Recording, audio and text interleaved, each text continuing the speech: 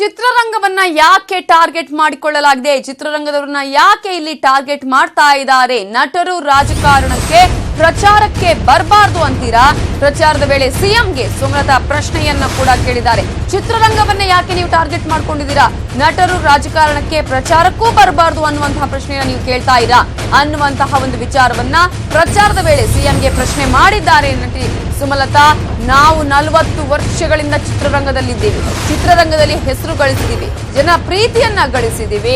ನೀವು ರಾಜಕೀಯದಿಂದ ಚಿತ್ರರಂಗಕ್ಕೆ ಬರಬಾರ್ದು ಅಂತ ನಾವು ಹೇಳಿದ್ವಾ ಅನ್ನುವ ಪ್ರಶ್ನೆಯನ್ನ ಸಿಎಂಗೆ ನೇರವಾಗಿ ಕೇಳಿದ್ದಾರೆ ಸುಮಲತಾ ಅಂಬರೀಶ್. ನೀವು ಚಿತ್ರರಂಗಕ್ಕೆ ಬಂದಿಲ್ವಾ ಅನ್ನುವಂತಹ ಮಾತನ್ನ ಕೇಳಿದ್ದಾರೆ. ರಾಜಕಾರಣಿಗಳು ನೀವು ಅಲ್ಲೇ ಇರಿ ಅಂತ ನಾವು ಹೇಳಿದ್ವಾ?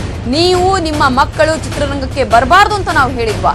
ನೀವು ಚಿತ್ರರಂಗಕ್ಕಾಗಿ ಬಂದಾಗ ನಿಮ್ಮನ್ನ ಸ್ವಾಗತ ಮಾಡಿದ್ವಿ, ಚಿತ್ರರಂಗದಲ್ಲಿ ಚೆನ್ನಾಗಿರಿ ಅಂತ ಆಶೀರ್ವಾದ ಮಾಡಿದ್ವಿ.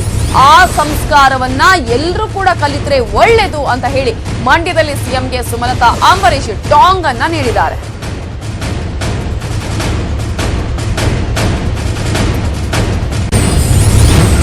ಈಗ ಒಂದು ವಿಷಯ ನಾನು ಇಲ್ಲಿ ಹೇಳಬೇಕು. ಚಿತ್ರರಂಗ, ಚಿತ್ರನಟರು ಅಂತ ಏನೋ ಒಂದು ಬೇರೆ ಅರ್ಥದಲ್ಲಿ ಹೇಳ್ತಾರಲ್ಲ.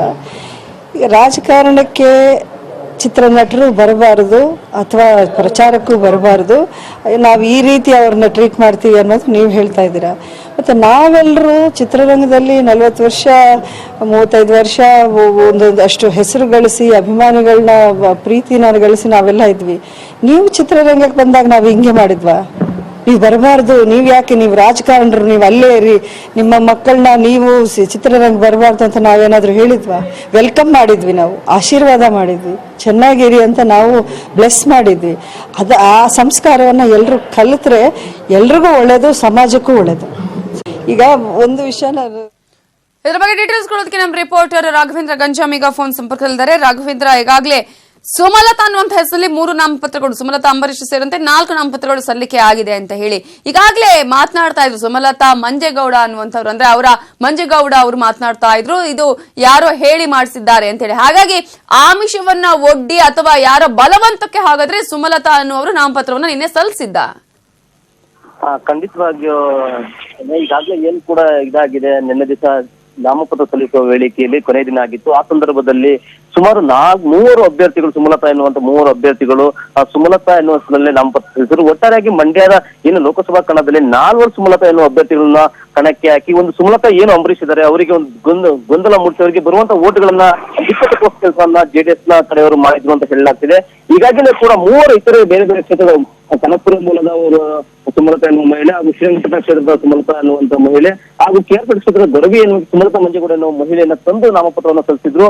ಆದ್ರೆ ಇಂದು ಕೇರ್ಪೇಟೆ ಕ್ಷೇತ್ರದಲ್ಲಿ ಪ್ರಚಾರ ಮಾಡುವ ವೇಳೆ ಅಚಾನಕ್ ಆಗಿ ಕಾಣಿಸಿಕೊಂಡಂತಹ ಏನು ಸುಮಲತಾ ಎನ್ನುವಂತ ಗೊರವಿ ಗ್ರಾಮದ ಮಹಿಳೆ ಪತಿಯಾದಂತಹ ಮಂಜೇಗೌಡರು ಆಗಮಿಸಿ ಸುಮಲತಾ ಅವರ ಬಳಿ ಒಂದು ಸಾರಿಯನ್ನ ಕೇಳಿದ್ರು. ಜೊತೆಗೆ ಆ ಸುಮಲತಾ ಅವರಿಗೆ ನಾನು ನಿಮ್ಮ ಬೆಂಬಲ ಕೊಡ್ತೀನಿ, ನಾನು ದರ್ಶನ್ ಅಭಿಮಾನಿಯಾಗಿದ್ದೀನಿ, ಆ ಕಾರಣದಿಂದ ನಾನು ನಮ್ಮ ಪತಿ ನಾಮಪತ್ರ ಸಲ್ಲಿಸಿದ್ದಾಳೆ, ಆ ನಾಮಪತ್ರ ನಾಳೆ ವಾಪಸ್ ಕೊಡ್ತೀನಿ ಅಂತ ಹೇಳಿದ್ರೆ, ಜೊತೆಗೆ ತನಗೆ ಯಾರೋ ಒಂದು ಈ ಮಾತನ್ನ ಹೇಳಿದ್ರು, ಯಾರೋ ಬಂದು ನಾನಿಲ್ಲದ ವೇಳೆ ನನ್ನ ಪತ್ನಿಯ ತಲೆಗೆ ತುಂಬಿ ಅವ್ರನ್ನ ಕರೆದುಕೊಂಡು ಹೋಗಿ ನಾಮಪತ್ರ ಸಲ್ಲಿಸಿದ್ದಾರೆ.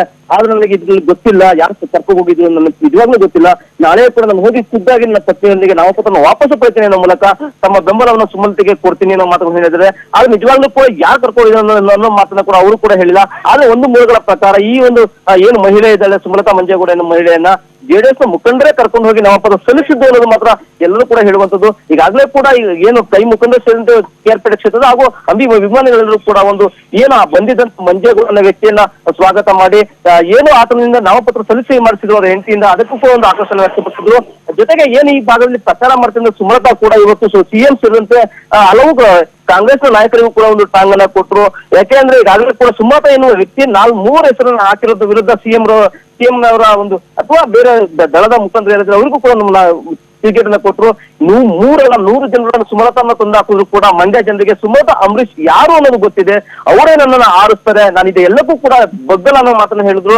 ಜೊತೆಗೆ ಏನು ಚಿತ್ರರಂಗದಿಂದ ಪದೇ ಟಾರ್ಗೆಟ್ ಮಾಡ್ತಿರೋ ಒಂದು ಸಿಎಂ ಹೇಳಿಕೆಗೂ ಕೂಡ ಒಂದು ತಿರುಗೇಟ್ ಅನ್ನು ಕೊಟ್ಟು, ನೀವು ಕೂಡ ಚಿತ್ರರಂಗಕ್ಕೆ ಬಂದಿದ್ರಿ, ಚಿತ್ರರಂಗದಿಂದಲೇ ಬಂದವರು, ನೀವು ಬಂದಾಗ ಚಿತ್ರರಂಗದವರು ಯಾರು ಕೂಡ ಬೇಡ ಅಂದಿಲ್ಲ. ಈಗ ಚಿತ್ರರಂಗ ನನ್ನ ಪರವಾಗಿ ಪ್ರಚಾರಕ್ಕೆ ಬಂದ್ರೆ ಅವರಿಗೆ ಮಾತ್ರ ಜೋಡೆತ್ತುಗಳು ಅಥವಾ ಬೇರೆ ಬೇರೆ ರೀತಿಯಾಗಿ ಅವರನ್ನ ಟಾರ್ಗೆಟ್ ಮಾಡ್ತಿದ್ರಿ, ನೀವು ಬಂದಾಗ ಸ್ವಾಗತಿಸಿದ್ರಿ, ಈಗ ನಾವು ಬಂದ್ರೆ ನೀವ್ ಯಾಕೆ ಇದು ಮಾಡ್ತಿಲ್ಲ ಅನ್ನೋ ಮಾತುಗಳನ್ನ ಹೇಳುವ ಮೂಲಕ ಒಂದು ಟಾಂಗನ್ನ ಕೊಟ್ಟರು. ಜೊತೆಗೆ ಏನು ಡಿ.ಕೆ.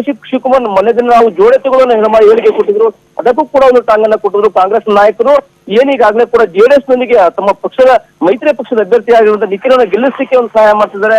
ಆದ್ರೆ ಅವರದೇ ಕ್ಷೇತ್ರದ ಅಭ್ಯರ್ಥಿಯನ್ನು ಬಿಟ್ಟು ಏನು ಸಂಸದರಾಗಿರುವಂತಹ ಡಿ ಕೆ ಶಿವೇಶ್ವರ ಕ್ಷೇತ್ರವನ್ನು ಬಿಟ್ಕೊಂಡು ಮಾತುಗಳನ್ನು ಹೇಳುವ ಮೂಲಕ DKಶಿಗೂ ಸೇರಿದಂತೆ ಹಲವು ಕೈ ನಾಯಕರಿಗೂ ಕೂಡ ಒಂದು ತಾಂಗಣ ಕೊಟ್ಟರು. Thank you Raghavendra.